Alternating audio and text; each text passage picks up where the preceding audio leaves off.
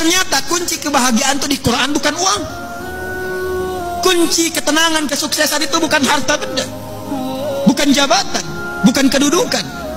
Bahkan tidak sedikit orang yang telah mendapatkan kedudukan, bahkan tinggi kedudukannya, masih ingin menambah karena belum merasakan ketenangan dan kenyamanan.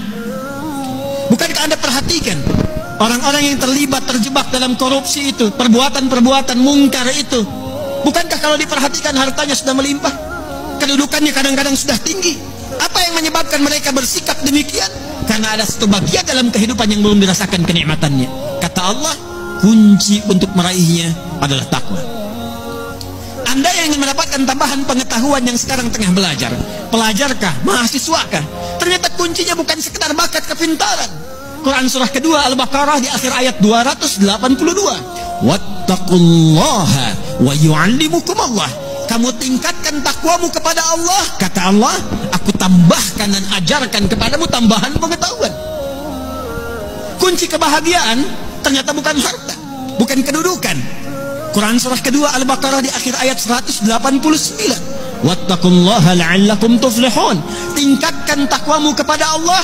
Kata Allah, aku tanamkan kebahagiaan di setiap etapa kehidupanmu. Rumah tangga bahagia, pekerjaan bahagia, kehidupan sosial bahagia. Hadirin, bukankah yang punya harta adalah Allah? Bukankah yang punya ilmu adalah Allah? Bukankah yang punya kebahagiaan adalah Allah? Tapi menariknya, kita tahu, kita menyadari yang punya ilmu Allah, yang punya harta Allah, yang punya kebahagiaan Allah. Tapi kita yang mengatakan itu semua adalah milik Allah, jauh dari Allah.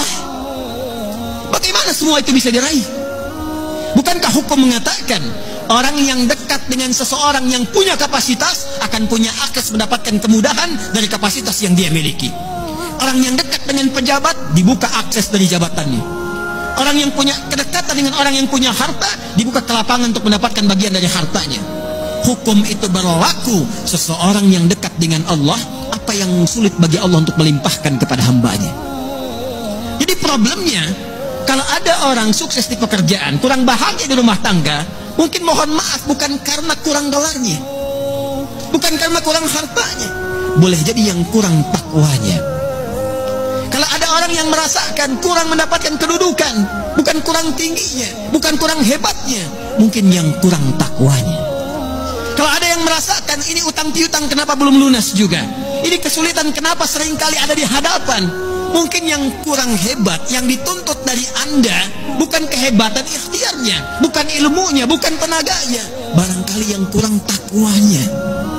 Itu yang menjadikan Nabi seringkali mengingatkan kepada setiap umatnya dari sejak zaman sahabat ridwanullahu alaihim jami'a, yang diteruskan dengan riwayat sampai ke kita. Tidak sedikit kalimat Nabi yang pertama disampaikan nasihatnya, takwa. Al-Imam An-Nawawi rahimahullah saking pentingnya dengan takwa ini menyantumkan nomor hadis ke-18 dari Al-Arba'innya an Mu'adz bin Jabal wa Jundub bin Junadar radhiyallahu ta'ala anhuma anin Nabi sallallahu alaihi wasallam qala ittaqillaha haitsu ma kunta wa atbi' sayyi'atal hasanata tamhuha. Bahkan kata Nabi, kalau Anda ingin jadi orang baik, orang hebat, orang yang mudah didambakan di setiap keadaan, bertakwalah kepada Allah. Ketika takwanya meningkat, keburukannya Allah tutupi, kebaikannya nampak. Siapa yang tidak senang dengan orang baik? Kalau dia pejabat, dia akan menjadi pejabat yang baik. Kalau dia hartawan, dia akan menggunakan hartanya pada kebaikan. Kalau dia ilmuwan, dia akan kreasikan ilmunya pada kemaslahatan. Jadi siapapun yang mampu meningkatkan takwa, kata Nabi, Allah akan rubah pribadi itu menjadi pribadi yang lebih baik dan bermaslahat dengan takwanya dalam kehidupan.